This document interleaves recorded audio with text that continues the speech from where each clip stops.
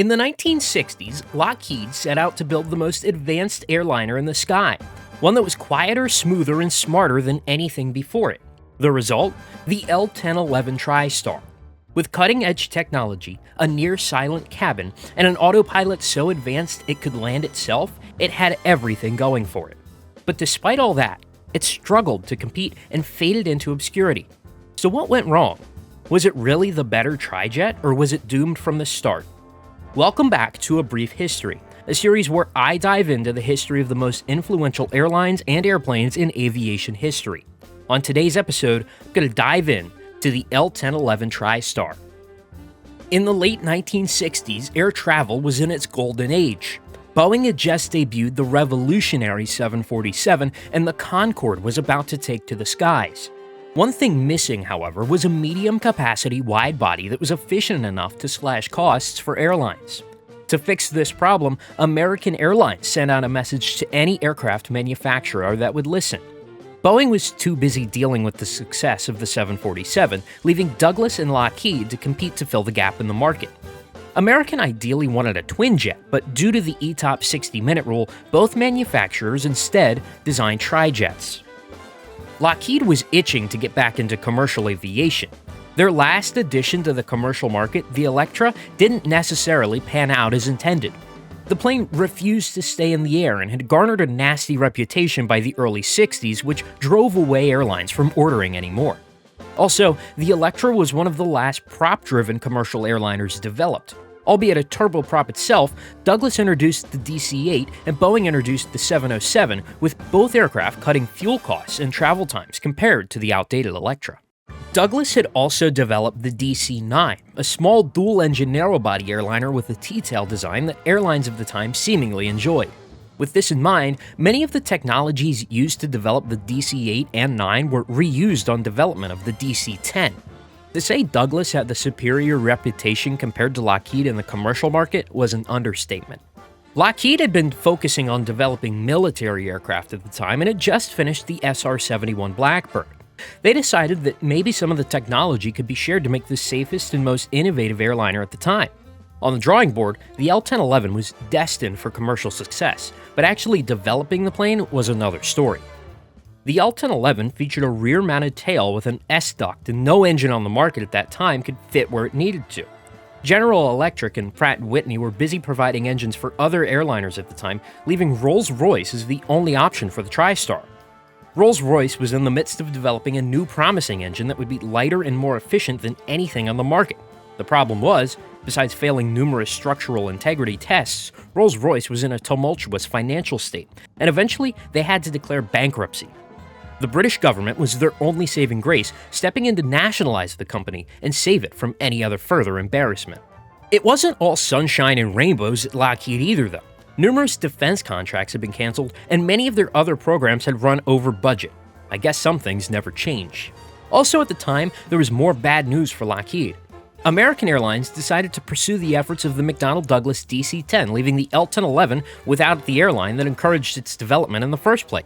Finally, Rolls-Royce and Lockheed had both secured further funding to continue development on their projects. The end result was honestly quite good. The RB211 turned out to be a great engine, and the L-1011 was ready for launch. Even though the L-1011 had orders from numerous airlines, the sales always fell short of the DC-10, and the oil crisis in 1972 did nothing to help. After all, Lockheed was the underdog, and Douglas had the reputation that airlines wanted. The L-1011 featured the most robust and advanced autopilot at the time, with Lockheed boasting that the plane could fly itself from landing to takeoff at most major international airports. Other selling points for airlines included fly-by-wire systems, a below-deck galley, wider overhead bins, a quieter cabin, and glare-resistant windows, all to increase passenger comfort. Both the DC-10 and L-1011 took to the skies for the first time in 1970, with the DC-10 entering commercial service in 1971 and the L-1011 following in 1972. Fairly early on in the life of the earliest L-1011s, Lockheed found that the plane suffered from higher than estimated structural weight, engine weight, and fuel burn. To rectify this, Lockheed developed a structural kit that allowed maximum takeoff weight to be increased from 409,000 pounds to 430,000 pounds. This problem did affect the first 10 L-1011s produced and led to them being undesired by airlines. The first variant of the L-1011, the L-1011-1, entered service initially with Eastern, later with TWA, and Delta, among others placing orders.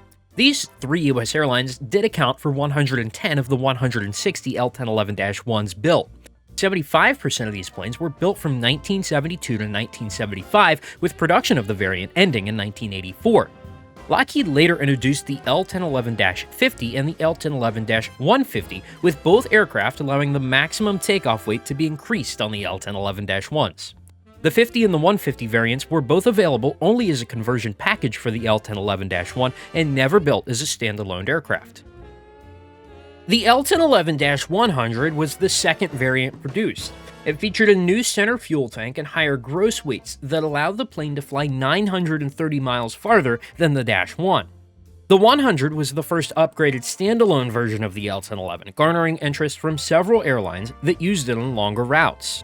The -200 variant of the L-1011 was the third production model to hit the market. The only difference from the 100 variant were the engines. Fitted with more powerful Rolls-Royce RB211-524s, these engines allow the 200 to improve its performance in high altitude and high temperature conditions. The final variation of the L-1011 was the -500. The 500 featured a significantly longer range and longer fuselage than previous versions. It also featured the Rolls-Royce RB211-524s like the 200. The original TriStar 500s were delivered with the standard wing, but Pan Am was the first customer to order the 500 with a new extended wing to further improve performance. The maximum passenger capacity of the TriStar 500 was 315, although no airline ever operated with that many seats. The standard configuration included 233 seats divided between first, business, and economy classes. Even while the DC-10 had as much structural integrity as a Jenga tower, it significantly outperformed the L-1011 with sales. Lockheed needed to sell 500 TriStars just to break even on the project, and in order to fulfill that number, the company resorted to some shady practices. In 1975, Lockheed bribed several members of the Japanese government to subsidize ANA's order of the L-1011. Obviously, this scandal came to light and ended with the Prime Minister of Japan along with other government officials arrested. More importantly to Lockheed, it also led to the loss of the contract with ANA, which equaled roughly $1 billion. Between 1972 and 1985, 249 TriStars were delivered, only half of what Lockheed needed to break even. In that same time span, the DC-10 accounted 446 deliveries, almost twice as much as the TriStar, but not a staggeringly high number by any means. This could be attributed to the quick innovations of the industry at the time, leading to the development of the more fuel-efficient widebodies such as the A300 and 767. They rendered Trijets nearly obsolete by the late 80s. The TriStar remained in service with mainstream carriers until around the turn of the century, with Delta retiring their last L-1011 in 2001, replacing it with the 767-400. The last three commercial operators of the TriStar were Brussels Airlines, Thai Sky Airways, and Lloyd Aero Boliviano, with final flights in August 2007, February 2008, and May 2008, respectively. The TriStar was also used as a military tanker by the British Royal Air Force. They operated 9 TriStars of 4 variants. The TriStar was replaced in RAF service by the A330 MRTT and flew its last mission on March 24, 2014. As of today, only one TriStar remains airworthy. In the 1990s, Orbital Sciences purchased and converted an L-1011 to be able to launch Pegasus rockets into orbit around the Earth. Orbital Sciences was rendered defunct as of 2015, but the aircraft, nicknamed Stargazer and registered as N140SC, still flies today under the Northrop Grumman Company. Promises can sometimes turn out to be a letdown, and that point proves true with the L-1011. Lockheed envisioned the most modern airliner that would be capable of doing things no one had ever thought possible before. Although the L-1011 was marketed as such, the failure of the plane itself signaled a turn in the aviation industry from trijets to a time where twin jets would soon dominate the industry. If you enjoyed this video, don't forget to leave a like and subscribe for more aviation history videos. Also, leave a comment down below about your experiences with the L-1011. I love hearing all sorts of perspectives in the comments, and I read every single one. Thanks for watching this episode of A Brief History, and I'll see ya in the next one.